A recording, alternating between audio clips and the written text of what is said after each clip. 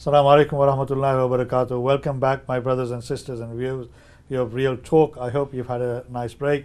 Unfortunately, we had to cut the conversation short because we had to go for a break. It's diktats of the Ofcom, etc. I mean, we were having a really interesting discussion and debate. And this discussion debate, one of the things that I've neglected to mention was that when Nasreen lost her sister, who left 4 young children behind, the primary responsibility for caring for the children fell onto you and your family. I mean, the father obviously was around, but the primary responsibility fell onto them. And you look after the children have grown up in your family without necessarily the presence of the father all the time. So you bear the brunt of raising those children, dealing with their emotions, dealing with the grief, etc., all these past 10 years. So I come back to the original point. If it happened now, for example, and you started answering that, when you were in the mosque, maybe an imam should come and speak to them, try and explain what has happened, why it's happened, where your sister's gone, how she's faring in her soul and her body, etc. But Sufi, maybe you might want to answer this. Do we have the imams in place with the knowledge and the experience and the wherewithal to be able to do that at this, in our communities? Well, I don't think we do. I don't think so. No, we don't. They don't have the counselling skills. Because I think the thing is, see, it's a very specialist. You need proper training, proper guidance to be able to go through the grieving process. And there's a well-recognized, well-researched process of going through grief, and imams and other support staff within the mosque, within the communities, really need to have that level of training to be able to do. It's very much a counselling, so it's yes, they can give you a religious perspective, which is great. Obviously that's what they're there for as well. But I think it needs to go beyond that. It needs to be, rather than just saying, it's the will of Allah, it's the will of God, let's accept it, because that's easier said than done. We are humans, we have emotions, we really do need that support. It doesn't matter who you are, what age you are, and I think we all need to get that extra guidance and support we need. But don't you think that isn't there because there's a belief that it isn't needed, or that it's not even identified as an issue?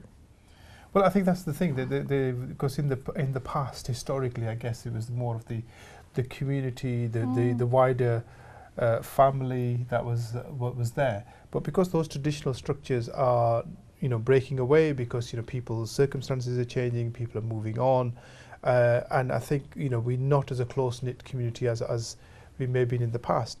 Therefore, a lot of that doesn't exist. It's whether you're giving birth or whether it's the death, is that the same level of support is not there. That whole concept of it takes a village to help a child grow up. We can't rely on that anymore, because everybody has their own lives. They have different responsibilities. So the and family priorities. structures are breaking down. That's right. But even in the absence of the family structure, what about the institutions, the Islamic institutions like the mosques? Well, I think the the institutions, centres, if you look historically, the mosque was never just a place of worship. It was a place of community. There was lots happening, more than just going in there, doing your prayers and going home. And I think we seem to have lost that over time, whether it's through the culture over time. And, it's like just a simple fact that, look around us, how many mosques do we have? Hundreds of them. But how many actually have any provision for women? Probably none, or very few. It's those sort of basic things that we're missing, that we really need to fix. And those institutions, the people who take care of them, the trustees, the boards, really need to give very serious thought moving forward on how that needs to change. Because it's not. I totally support you and agree with you. I mean, we're still stuck 1400 years behind in terms of history.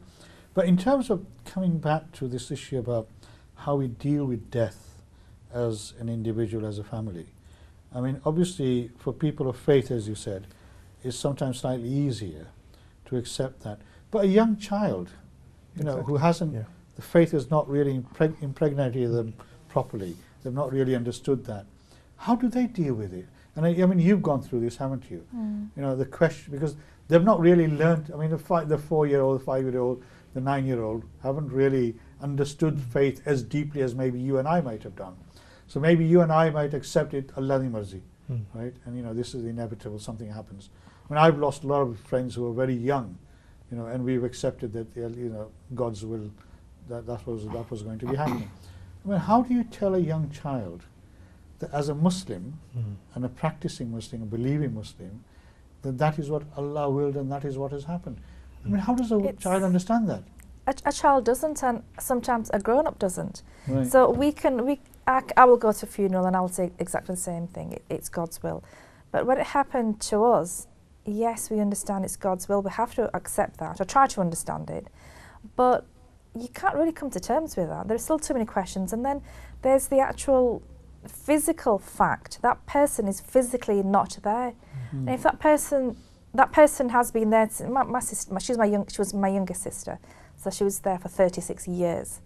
So not to suddenly have her there, you know, that physical loss, you can't really comprehend that or accept that. So it's not just a case of, well, I'm older and I understand, and this is what my religion teaches me, but there's still the physical loss that you've got to come to terms with. That person physically isn't there.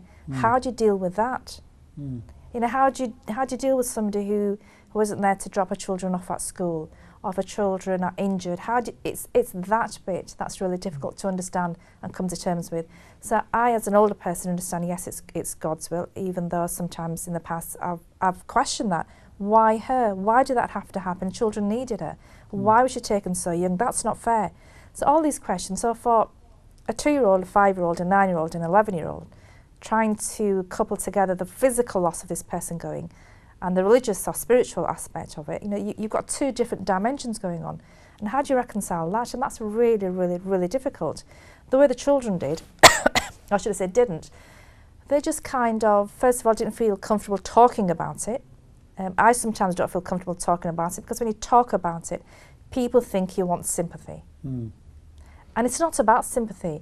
It's about wanting to talk to people about it and get people to understand, and get people to understand how you're not really functioning normally, and to try to understand why you may behave or react in a certain way because of that incident rather than something else.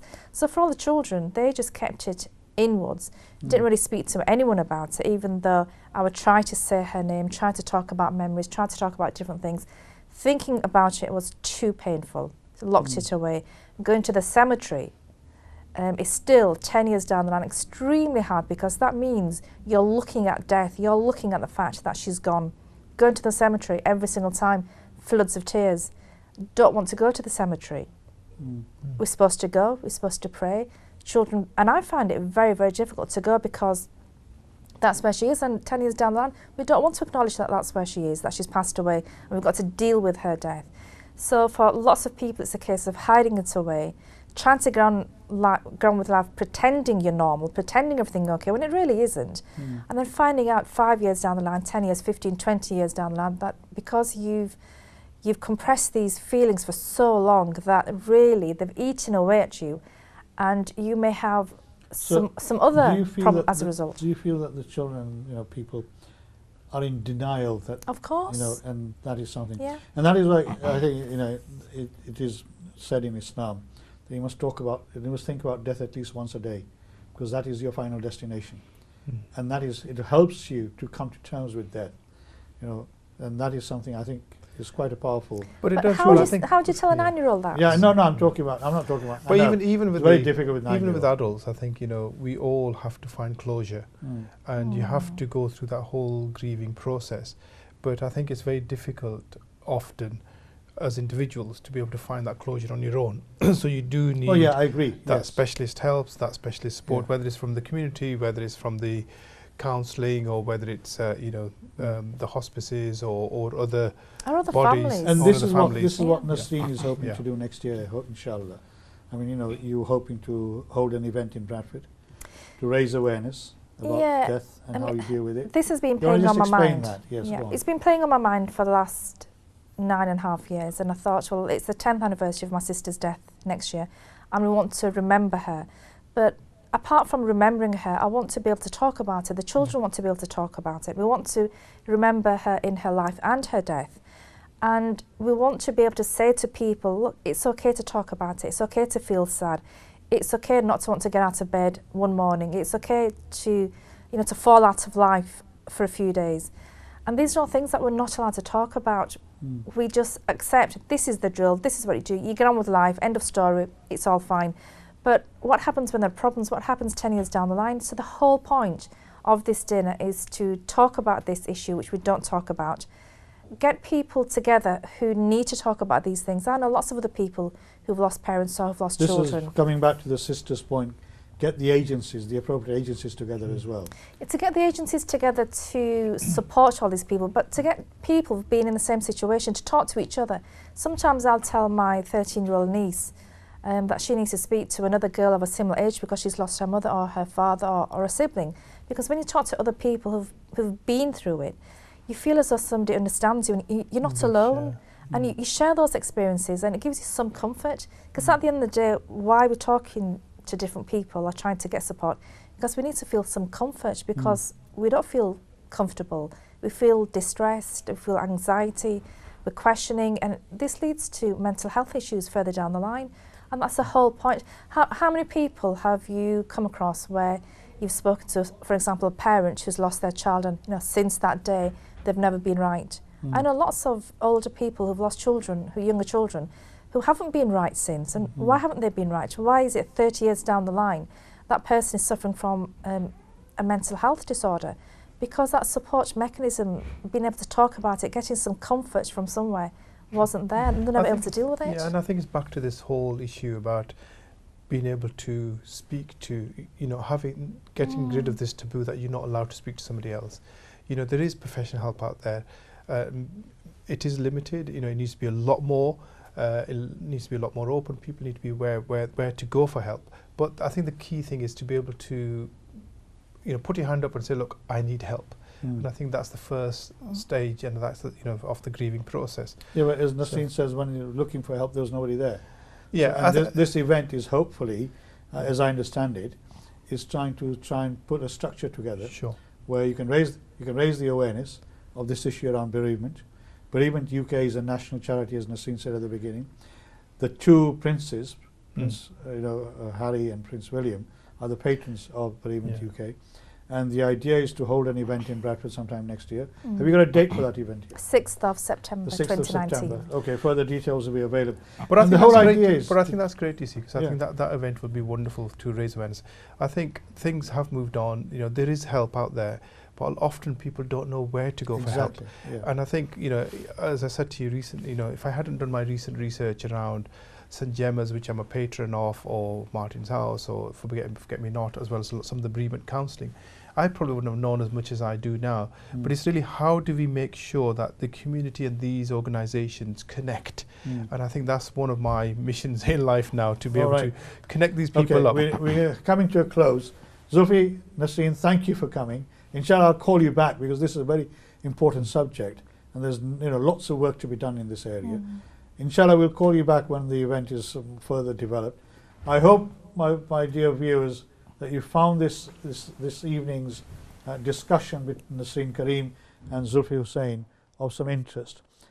Death and bereavement is something that we don't really talk about. Inshallah, we'll come back.